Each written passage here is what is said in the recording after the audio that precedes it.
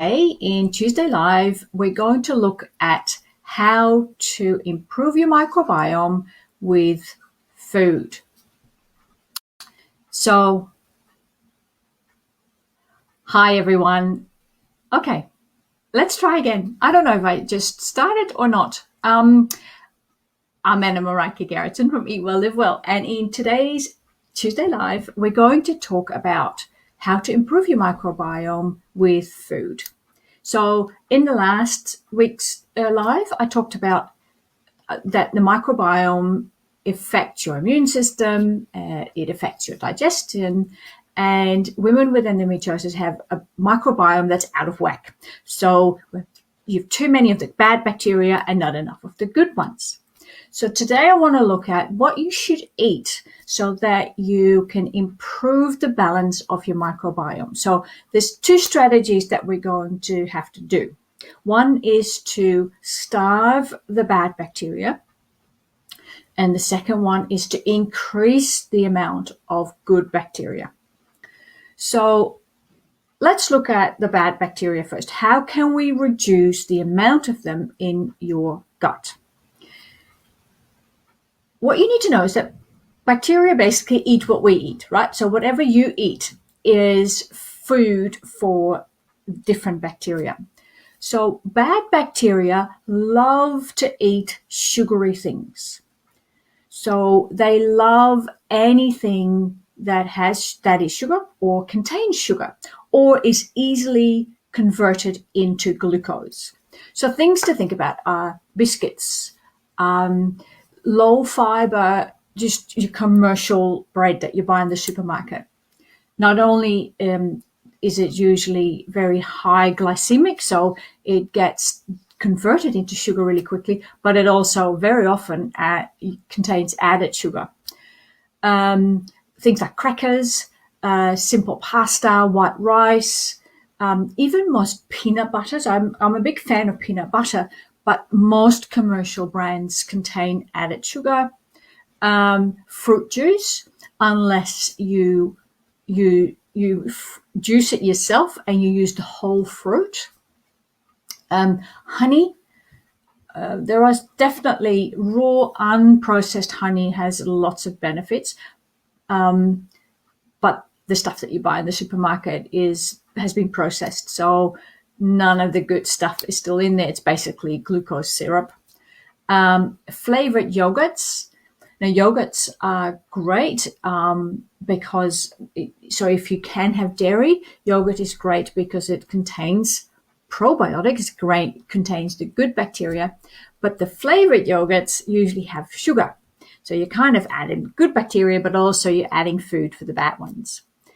And now you might be thinking, okay, that's fine. I'll switch to artificial sweeteners. Well, unfortunately for you, artificial sweeteners are also food for bad bacteria. So especially aspartame and alcohol. Also a great food for the bad bacteria in your gut. So some of these foods contain sugar and some of these foods are easily turned into sugar in your digestive system. So then it's turned into food that the bacteria love. So really what you want to do is reduce it as much as possible. Now, I know that it can be hard because it's very easy to develop an addiction to sugar. I certainly used to have one. I used to joke that I had coffee with my sugar. So if you want to start to reduce that, what you might want to do is over time. So reduce it slowly.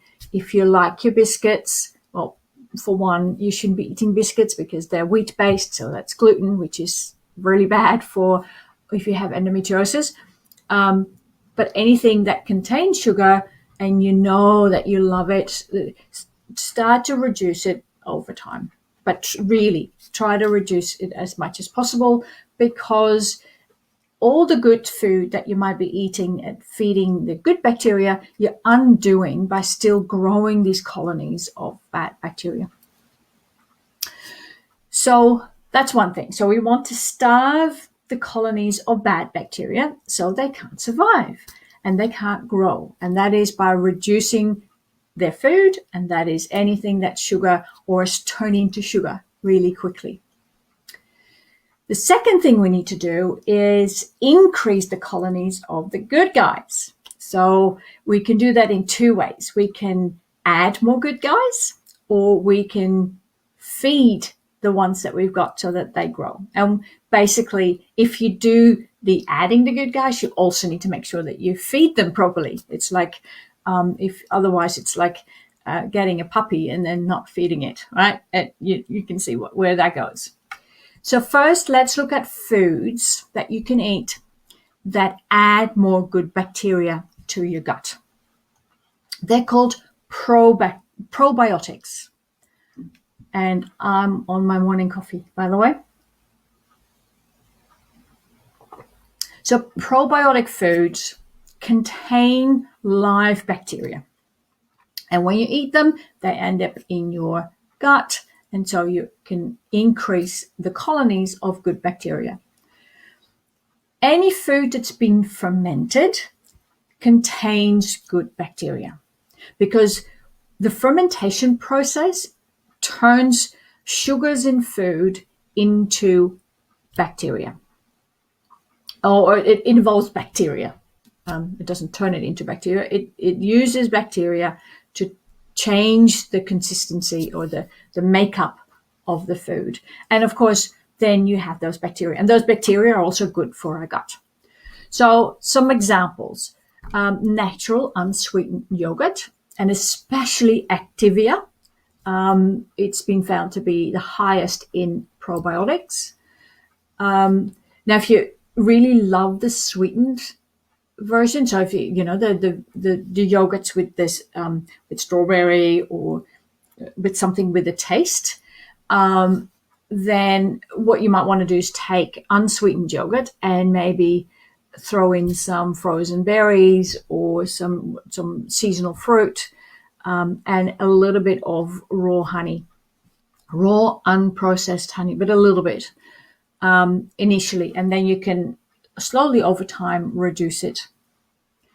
Hard cheeses, they have also the process of making cheese requires a lot of bacteria, and so they can be they're also very full of good bacteria. Kimchi, which is a Korean fermented vegetable dish. Sauerkraut, which is cabbage that's been fermented.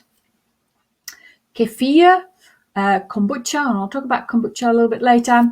Tempeh, any pickles that have been pickled in brine. Now you have to be careful because a lot of pickles, commercial pickles, have been pickled in vinegar, and that doesn't do it. So the brine is salty water, and it's the salt that creates the right fermentation. And apple cider vinegar. Now, two things that I want to say about these foods. Kombucha and apple cider vinegar. They are very popular health products at the moment, and you can find them in the supermarkets.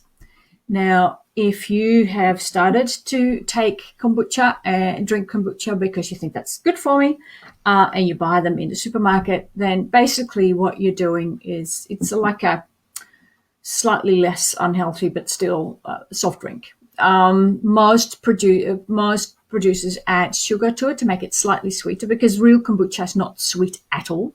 So they add a little bit of sugar. Also, it tends to be processed to stop it from going bad because, of course, supermarkets want to be careful. They sometimes have to have things on the shelves for a very long time. And so what they sell has been processed so that it doesn't go off. Now, things go off because of bacteria. So you can imagine that whatever is left in there will be minimal. So kombucha is great. Same with apple cider vinegar. It's great if it still has what we call the mother. So there's I have a bottle of apple cider vinegar in my pantry, which looks horrible because it has this clump of something at the bottom. And if you look at it, you go, oh, that's off. But that's the mother. That's where the bacteria are. And kombucha also needs to be made directly from the mother, which is the starter. And if it's not, then it's basically useless. So if you're drinking it or having it apple cider vinegar, or you have kombucha because you think it's providing you with lots of good bacteria, make sure that you either make it yourself or that you buy it from someone who makes it. Some cafes make their own. So one way that you can tell is when it needs to be refrigerated. So if you have somewhere and they have the kombucha and it has to be refrigerated, that shows you that they have live bacteria, in which case it's good. But check the label that there isn't additional sugar in it. So the third thing so probiotics add good bacteria to your diet. Now you need to keep them alive and you need to feed them. And we do that with prebiotic foods. So the way I used to remember this when I was still studying was pre is eat. So it's what the bacteria eat. Because I found it very confusing for a long time. So prebiotic foods are foods that are already that feed the bacteria that are already in your gut, and it helps the colonies of them to grow. Now, good bacteria love fiber and they love resistant starch. It's interesting because we're always talking about you need to eat more fiber, you need more fiber. Fiber cannot be digested by the body, but bacteria can digest it. So that's why you need more fiber. And the same with resistant starch. So things to think about, foods to eat are fresh fruits with skin on where possible, because it's the skin that contains the most fiber. So, for example, apples, the most fiber sits in the skin. So the part, because the apple itself contains fructose, which is turned into sugar. So you could think that might be not so good, but it has lots of vitamins and things. But the skin of the apple has really good fiber. And so that's what your good bacteria love to feed on.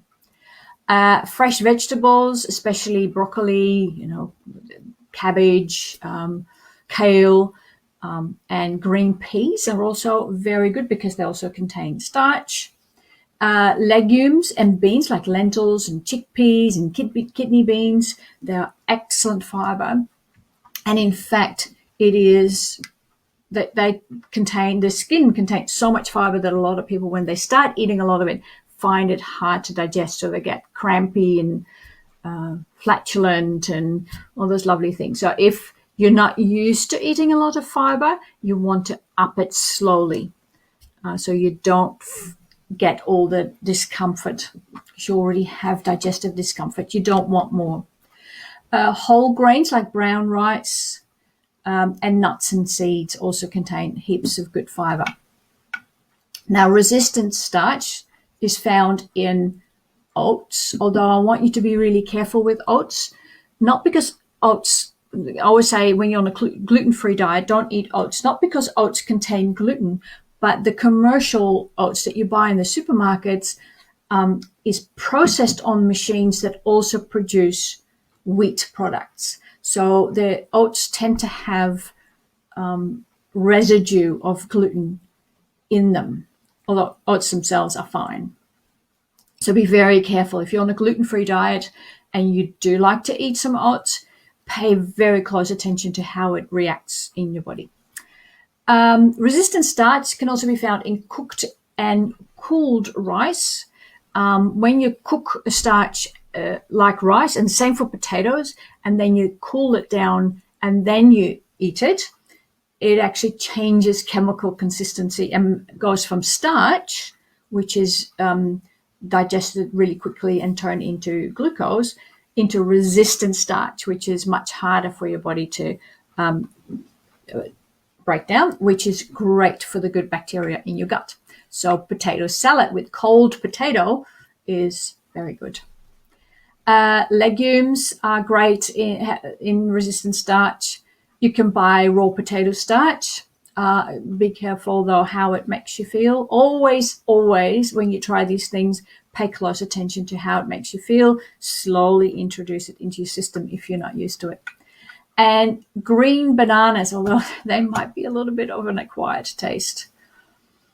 So if you're looking at improving your microbiome, which is important because the bacteria in your gut directly affect your immune system, and the bad bacteria trigger your immune system, and that causes inflammation and is the cause of your main symptoms.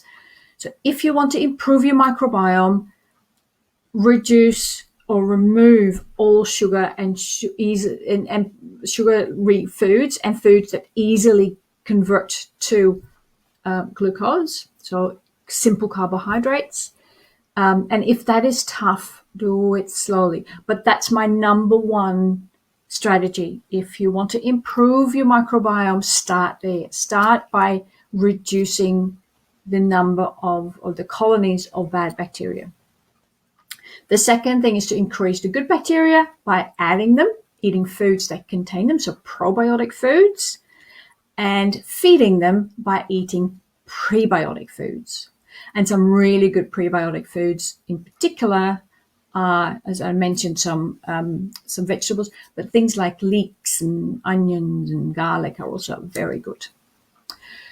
So that's how to improve your microbiome so that the communication between your bacteria and your immune system is improved, and that is one way where you can reduce your inflammation and as a result reduce your endometriosis and your endometriosis symptoms. So as you can see, the gut has a direct impact on your immune system. So next week I'm going to talk a little bit more about how the immune system works in women with endometriosis and some of your key issues, because we know that unfortunately women with endometriosis have a different immune system to women without endometriosis. Not as completely different, but you have some challenges, shall we say. So we'll talk about that next week. If you have any questions about your microbiome, or you want to get me to have a look at your diet, I'll put a link with this video to a free diet review, so you can tell me what do you eat from breakfast, lunch, dinner, and snacks. It's a form on my website. It comes to me, and I'll reply with an email to let you know what I think you could change to improve. If you are serious about getting your health in order for your endometriosis, I'll run a program. I'll put the link in there as well. But you can always put some questions in here. I'd love to answer any questions that you might have, because I want you to feel better. I want you to have less pain and less bloating and all those other horrible symptoms that I know really impact your life.